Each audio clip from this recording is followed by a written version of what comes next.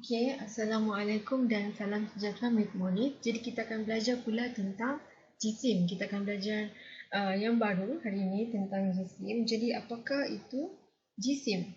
Jadi jisim adalah kuantiti jirim dalam suatu objek dan juga setiap objek mempunyai jisim. Jadi semua objek kira-kira lah dia benda hidup ataupun benda bukan hidup, semua mempunyai jisim. So, jisim ni adalah kuantiti jirim dalam sesuatu objek. So, jirim pula adalah, nanti cikgu akan beri penjelasan. Okay. Kalau kamu tengok sini, contoh jirim. So, jirim contoh adalah bumi. So, bumi ni bulat dan juga manusia. Okay. So, bumi, manusia semua adalah jirim. Okay. Semua benda yang hidup ataupun tidak hidup mempunyai jirim. Okey, lagi contoh jirim adalah haiwan. Okey, haiwan pun ada jirim juga. Okey, lagi meja, kerusi pun adalah contoh jirim. Okey, so tumbuhan, batu-batu adalah juga salah satu contoh daripada jirim. So benda hidup dan benda bukan hidup, contohnya macam batu, adalah salah satu contoh jirim. Okey, salah satu lagi adalah buku. So buku adalah benda yang bukan hidup, itu adalah salah satu contoh daripada jirim.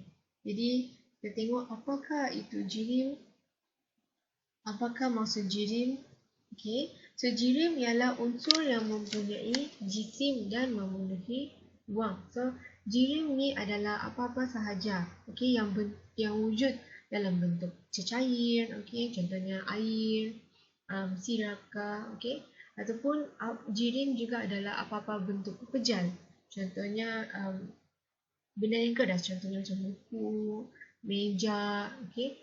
Ataupun dia wujud dalam bentuk gas. Okay, so contohnya macam udara, oksigen, karbon dioksida, itu adalah jirim. So jirim ni boleh kira adalah apa-apa benda yang mempunyai jisim, okay? Dan juga apa-apa benda yang memenuhi ruang. Okay. So itu adalah jirim.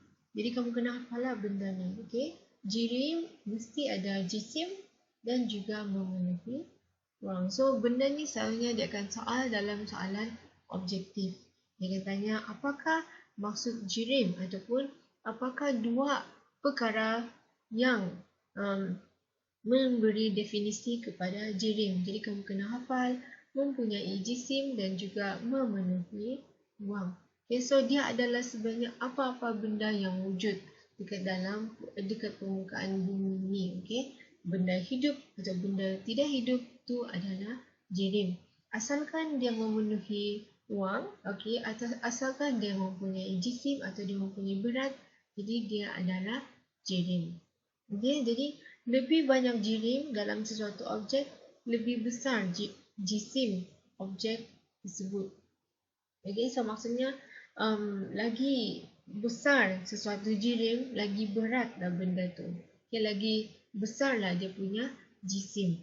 Okay, so jisim dan berat bukannya benda yang sama. Okay, tapi jisim ni adalah kita ukur guna kilogram, kita ukur guna gram. Jadi untuk mudah kamu hafal adalah apa-apa benda yang mempunyai berat. Okay, apa-apa benda yang mempunyai berat. Walaupun jisim dan berat bukannya benda yang sama. Okay, tapi kedua-duanya kita ukur menggunakan kilogram dan juga menggunakan gram. Okay. Jadi macam mana kita ingin ukur jisim ataupun macam mana paling mudahlah macam mana kita ingin ukur berat. Okay. Jisim dan berat bukan benda yang sama, tapi macam mana kita ukur berat. Okay. Jadi kalau kamu tengok sini di dalam pasaraya ataupun kedai, kita guna neraca mampatan ataupun di mana kita paling senang kita sebut adalah penimbang. Okay, penimbang. So, contohnya macam ibu kamu pergi ke pasar, pergi ke kedai, lepas tu dia minta macam 1 kilo ikan contoh ataupun 1 kilo sayur contoh. Okay, jadi ini pun adalah digunakan. Contohnya kalau kamu ingin mengukur ikan bilis contoh, ataupun kamu ingin mengukur udang kering. Jadi ni adalah benda-benda yang digunakan oleh tukang, oleh peniaga, peniaga yang berada dekat pasar raya ataupun dekat kedai. So macam mana kita ukur jisim? Sama lah macam mana kita ukur berat. Bezanya jisim kilogram dan juga gram untuk jisim tidak akan berubah di mana sahaja dia berada. Contohnya dia berada dekat di luar bumi ni kah, dekat planet lain, dekat Marika, dekat Pluto, jisim tidak akan berubah. Tapi kalau untuk berat, contohnya dalam kilogram atau gram ataupun newton, kalau kita kira, contoh kalau dekat bumi ni, mungkin 10 kilogram kita kira. Tapi kalau di dekat Marika, dekat Pluto, keluar daripada bumi, berat adalah berbeza. Tapi jisim dan berat boleh kira sama, kita ukur guna kilogram dan juga gram. Itu paling senang lah untuk kamu faham. Tapi seperti biasa kalau kamu kurang faham, kamu boleh tanya cikgu. Jadi jisim, kalau dekat pasar dan juga kedai, kita guna penimbang kan, neraca mampatan ataupun neraca elektronik. Elektronik sebab ada nombor dekat sini. Ada nombor dekat sini, so ada elektronik. So kalau dekat makmal pula, kita guna neraca tuas ataupun neraca 3 alur ataupun neraca 3 palang. Jadi benda ni adalah sesuatu yang kamu boleh jumpa dekat makmal sains. Dekat makmal sains. Jadi ini adalah benda yang kita guna untuk ukur jisim, untuk ukur kilogram dan juga untuk ukur gram. So nanti kita akan belajarlah cara-cara untuk mengukur. Jadi benda ni kamu akan jumpa dekat makmal.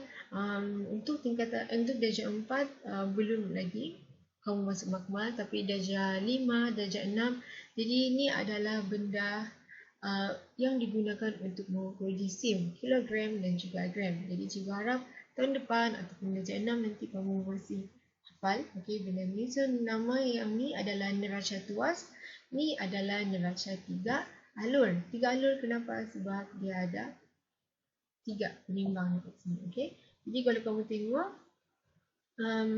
apakah unit yang digunakan. Jadi unit yang digunakan macam cikgu cakap tadi, kamu guna kilogram dan kamu guna gram dan juga kamu guna miligram. So benda ni kamu ukur macam cikgu cakap hampir sama dengan berat, tapi jisim dia takkan berubah.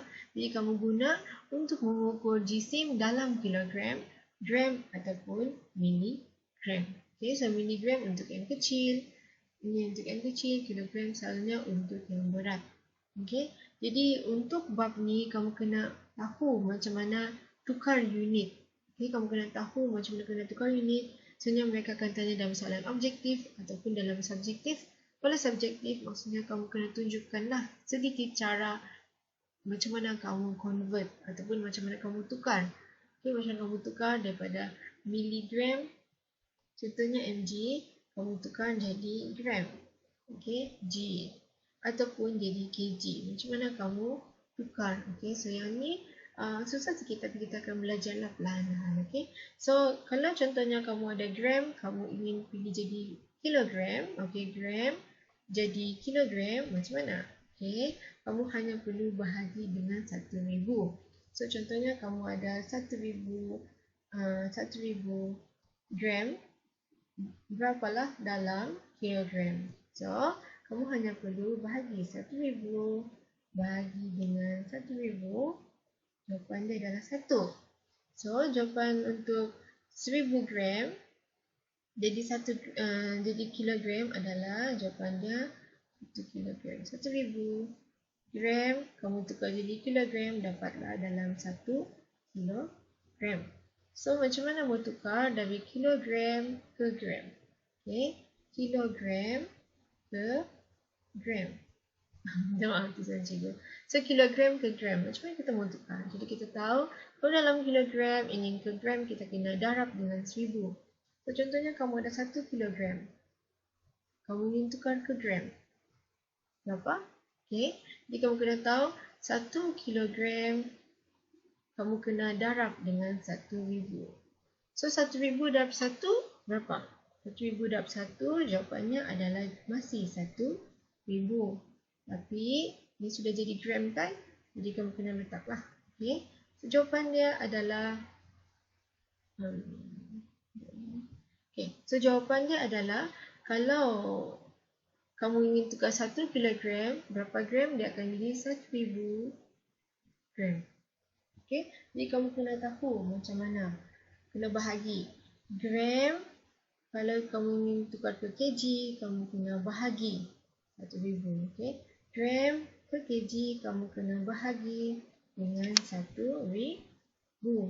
Okay, kalau kamu ingin tukar kilogram ke gram, kamu kena darab dengan 1000.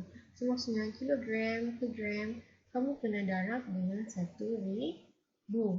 Okay, jadi nanti adalah soalan cikgu akan bagi. Ni okay, kilogram ke gram, kamu kena darab dengan 1000. Gram ke kilogram, kamu kena bahagi dengan 1000. Okay, ni 1 kilo bersamaan dengan 1000 gram. Kenapa? Sebab kalau kamu tengok kenapa jawapan dia macam ni, 1 kilo sama dengan 1000 gram. Sebab ke kilogram kamu kena darab dengan 1000. Kan? Jadi 1 kilogram darab dengan 1000 dapatlah 1000 gram. Okay. Okay, jadi contoh. So ni adalah sedikit soalan sebelum kita masuk video yang seterusnya. Jadi ini contoh. Okay, 1 kilogram kita tahu bersamaan dengan 1000 gram. Kan? Kita kena darab dengan 1000. Okay, untuk kilogram ke gram. Okay, tapi kalau contoh gram pergi miligram, kamu kena darab dengan 1000. Lagi, kalau kamu ingin tukar, lagi kamu ingin tukar gram ke kilogram, kamu kena bahagi dengan 1000. Okay, kilogram ke gram, kamu kena darab dengan 1000. Okay, jadi kamu kena hafal benda tu. Ni contohnya kalau dalam soalan subjektif ataupun dalam soalan objektif, dia lebih mudah sikit sebab kamu hanya perlu bulatkan mana satu. Tapi kalau dalam subjektif, dia akan bagi dalam 2-3 markah, jadi kamu kena tunjukkan jalan. So contohnya dia akan tanya, okay, daripada kilogram dia ingin gram. So kilogram ke gram, kita tahu kamu kena darab dengan 1000. Okay, so soalan dia pula dekat sini adalah kalau kamu tengok, okay, kalau kamu tengok so 2 kilo kan, 2 kilogram. So berapa gram? So kalau kamu tengok sini, kamu kena darab 2 darab dengan 1000. So berapa lah jawapan dia? 2000 kan jawapan dia. So 2 kilo kamu kena tukar dengan gram bersamaan dengan 2000 gram. So 2000 gram lah dia punya jawapan. Okay. Seperti biasalah kalau ada yang kamu kurang faham, kamu kena bagi tahu cikgu, kamu kena tanya cikgu. Okay. Lagi, ni dia tanya daripada kilogram ke gram. So kamu tahu benda ni adalah dalam gram. So kamu tidak perlu tukar. Ni okey, sudah settle. Okey, kamu tidak perlu tukar.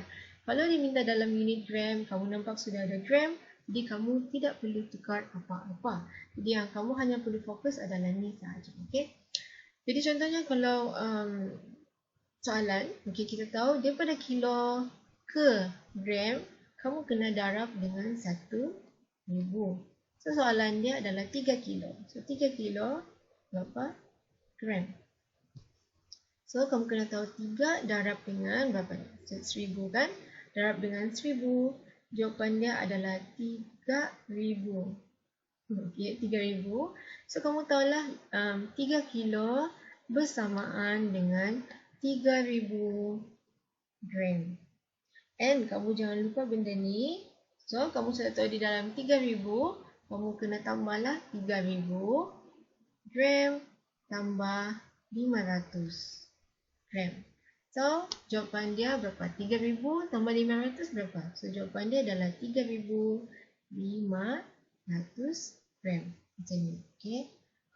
Cara kamu tidak 500 tambah, so bawa turun 0, 0, 5, 3. Okay, dapatlah 3,500 gram. So, kamu kena tulislah dekat sini.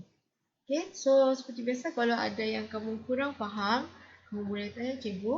Okay, dan kita akan tengok video yang seterusnya.